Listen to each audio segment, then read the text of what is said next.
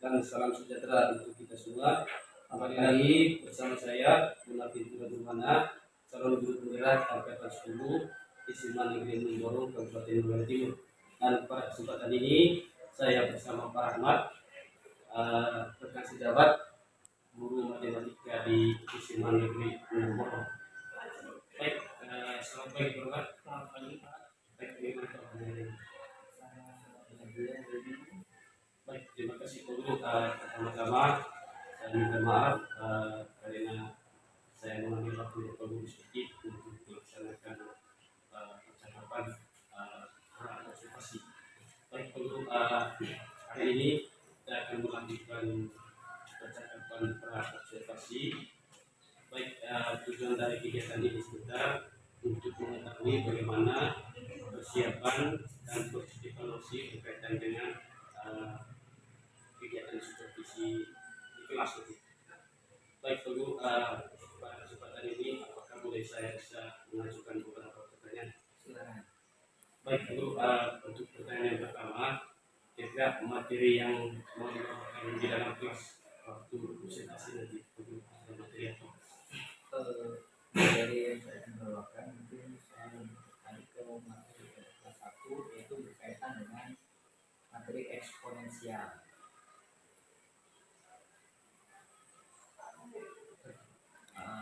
Di situ nanti ada tujuan pembelajarannya. Di situ salah satunya siswa bisa menyederhanakan bentuk pangkat.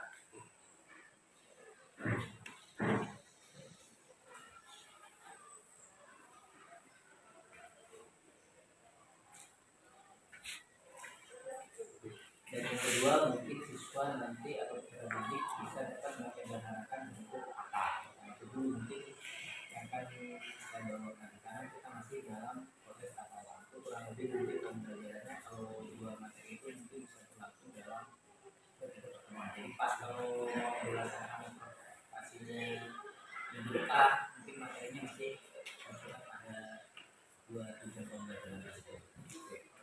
Baik, terima kasih Pak Ahmad. Dari materi tadi pembelajarannya tentang eksponensial. Ya. Baik Pak Ahmad, dari materi yang mau dibawakan di kelas jadi tujuan pembelajarannya Itu tadi tujuannya yaitu menyederhanakan bentuk pangkat, dan yang kedua menyederhanakan bentuk akar. Pertama berarti tujuan pembelajaran yang ada dua. Yang pertama siswa bisa menyederhanakan bentuk pangkat. Yang kedua siswa bisa menyederhanakan bentuk akar. Terus format dari tujuan pembelajaran itu kira yang menjadi fokus area pengembangan yaitu bagaimana? Oke. Untuk area pengembangannya kalau pada waktu pelaksanaannya dilaksanakan di depan, nanti mungkin masih kita berputar di tujuan pembelajaran yang pertama, yaitu menyederhanakan bentuk pangkat. Di situ ada banyak sifat bentuk pangkat yang perlu siswa kuasai. Mungkin ada tadi sifat bentuk pangkat. Di situ nanti setiap bentuk pangkat siswa harus menguasai semua. Dari 5 tersebut mungkin siswa bisa saya katakan lulus jika dia bisa menguasai 3 dari 5 yang ada soalnya. Jadi mungkin kalau siswa hanya bisa 3, ya berarti bisa saya katakan bahwa siswa tersebut sudah catat. Tapi kalau misalkan kurang dari 3, nanti siswa tersebut harus perlu dibimbing lagi di bagian mana yang dia belum mengalami ketuntasan pembelajaran. Baik, terima kasih Pak Ahmad. Jadi area pengembangan jadi bagian tujuan pembelajaran yang pertama untuk siswa itu bisa menyederhanakan bentuk pangkat. Ya. Terus dari situ Pak Ahmad, strategi apa yang digunakan nanti pada saat pembelajaran terkait dengan metode ataupun pelaksanaan atau strategi yang seperti itu? Strategi yang saya gunakan nanti mungkin siswa mencoba menemukan kembali dari apa yang dia baca, kemudian saya berikan model lain sehingga nanti mereka menemukan kembali dengan dibimbing oleh guru. Setelah menemukan kembali, mereka akan melakukan latihan pengertian berbagai tingkat. Jadi misalkan tingkat pertama itu dengan satu basis untuk menemukan sifat tersebut. Yang kedua, mungkin setelah satu basis mereka kuasai, hampir semua kelas bisa, saya tingkatkan lagi levelnya menjadi dua basis. Kalau dua basis sudah mulai memahami, saya tingkatkan lagi ke basisnya yang berbeda menjadi tiga basis. Mungkin itu tingkat levelnya. Dan pangkatnya mungkin tidak hanya pangkat positif, mungkin bisa juga dalam bentuk pangkat negatif.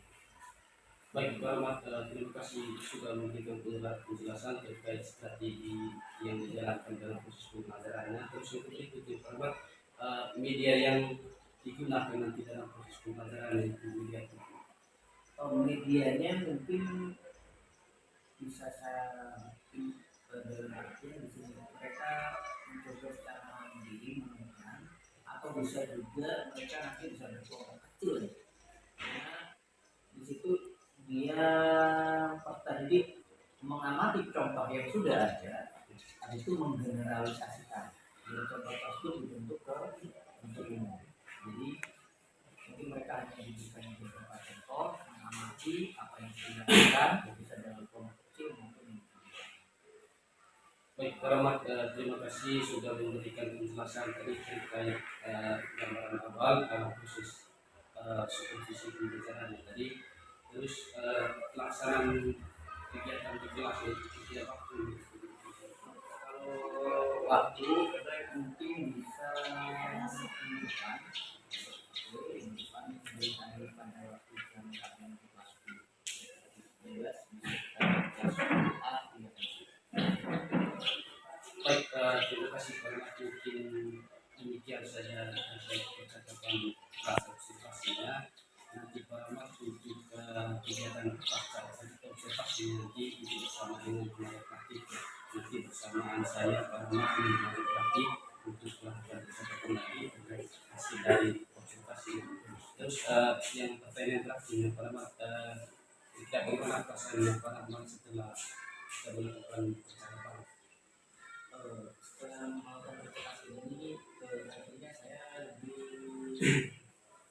bisa memperkenalkan lebih baik lagi apa yang saya lakukan pada peserta didik, tapi supaya pembelajaran yang saya lakukan adalah lebih berfokus pada peserta didik, sehingga apa yang saya ajarkan tidak hanya memenuhi tugas kalau saya hadir di kelas hanya memberikan pembelajaran, tapi apa yang saya lakukan adalah benar-benar memperhatikan peserta didik ketika belajar mereka. Mungkin itu saja yang saya ini. Saya ucapkan terima kasih banyak. Baik, terima kasih banyak Pak Ahmad yang sudah meluangkan waktu dan sudah berbagi tadi terkait percakapan. Baik, terima kasih banyak.